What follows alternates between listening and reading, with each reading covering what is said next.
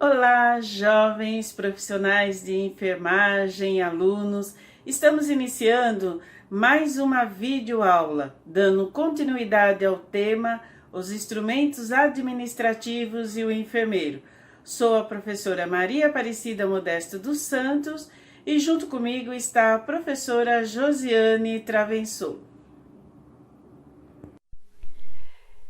Então, dando continuidade à nossa reflexão e retomando os conceitos já abordados nas videoaulas anteriores, nós temos os 4 instrumentos administrativos: planejar, organizar, o direcionar e controlar.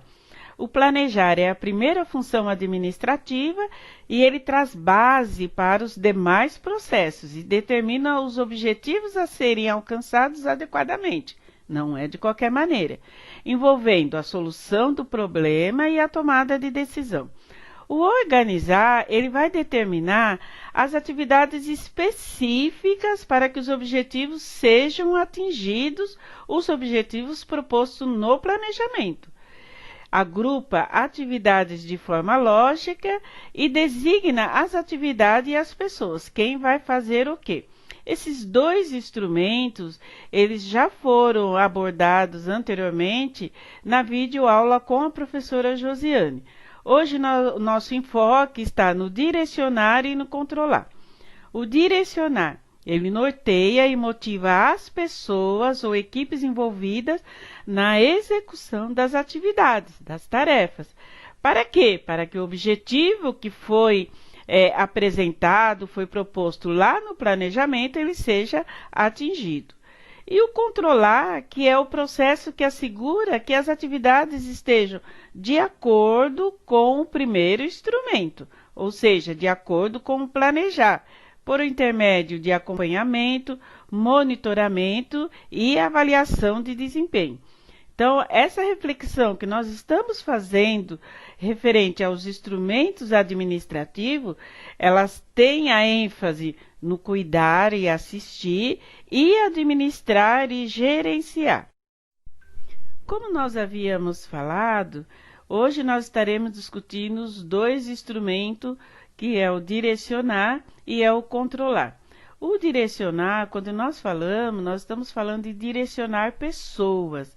Anteriormente se falava de recursos humanos e hoje nós falamos de gestão de pessoas.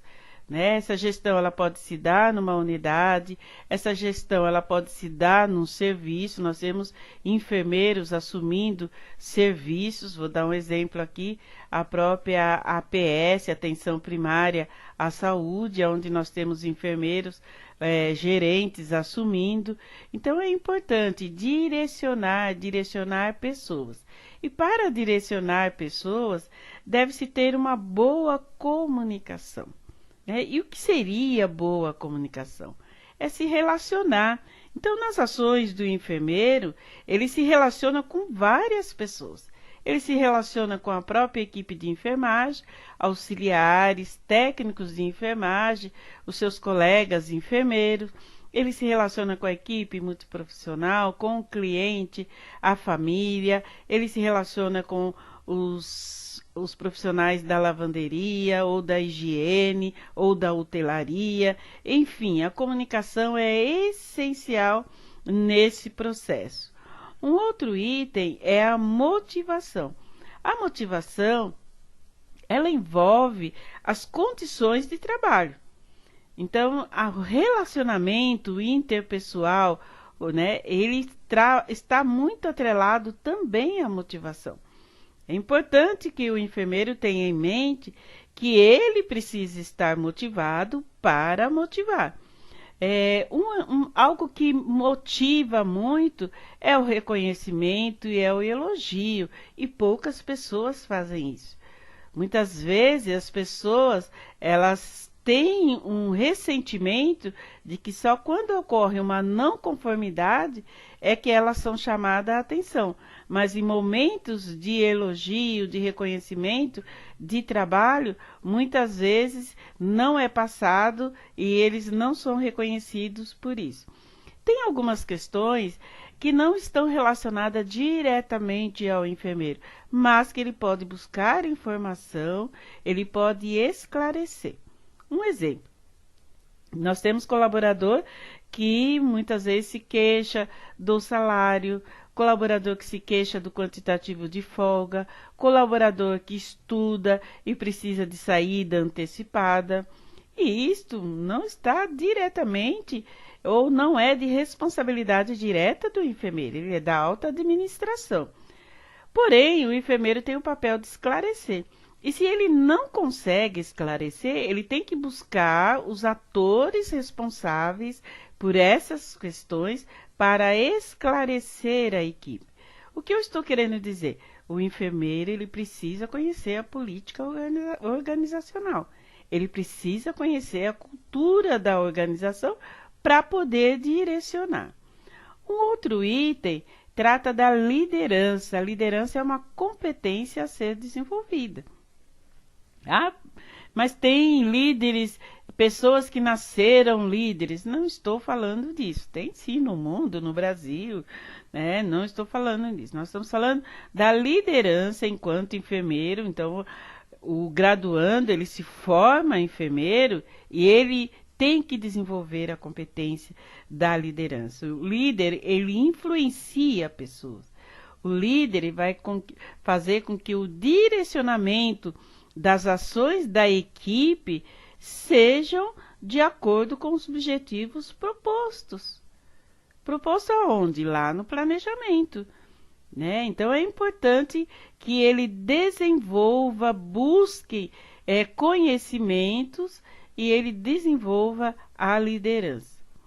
Um outro item é delegar funções. Não adianta eu ter um excelente planejamento, organizar e não delegar funções. Então, direcionar me leva a isso. Quais as competências que cada pessoa tem e eu vou delegar de acordo com as suas competências. Lembrando que quando nós estamos falando de pessoas, né, de comunicação, motivação, liderança, delegar funções, o item que aparece é a administração de conflitos. Então, o conflito, ele é inerente, ele está presente nas relações das pessoas.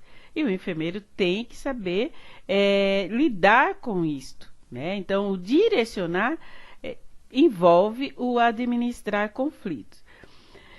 Como que se administra conflitos, né? Muitas vezes, esses conflitos, é o que nós já comentamos anteriormente, é a falta de esclarecimento. Pode gerar um conflito. Buscar conhecimento relacionado a determinadas situações, problemas, também ajuda a minimizar os conflitos. Participar de encontros, buscar outros conhecimentos, conhecer outras experiências dentro da própria instituição, com certeza ajuda na administração de conflitos. E aí a gente encerra aqui o direcionar, trazendo alguns itens que estão presentes, inclusive na lei do exercício profissional. Então, o enfermeiro, ele direciona organizações de saúde, sejam elas públicas, privadas e filantrópicas. Ele direciona órgãos de enfermagem e ele direciona organização do trabalho naquela unidade, naquele serviço. Então, direcionar, ele tem N variáveis e que são importantes para que o processo do cuidar, assistir e administrar, gerenciar, ocorra de acordo com o proposto naquela unidade, naquele. E por último, nós temos como instrumento administrativo o controlar. Então, o controlar, ele não pode ser considerado o fim do processo de planejamento.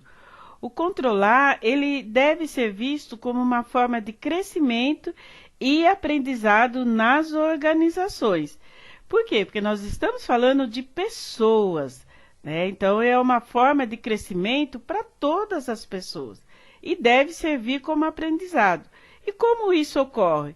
Isso ocorre através da avaliação de desempenho, através da avaliação de recursos financeiros, da avaliação de qualidade e da avaliação das ações assistenciais.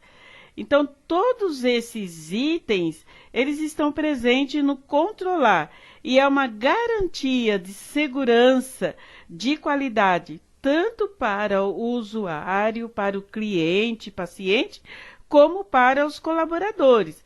Eu preciso ter o recurso financeiro adequado para poder prestar os cuidados, para ter materiais para que os cuidados sejam prestados. Eu preciso verificar o desempenho desse profissional e estar retomando alguns itens que precisam ser adequados ou melhorados.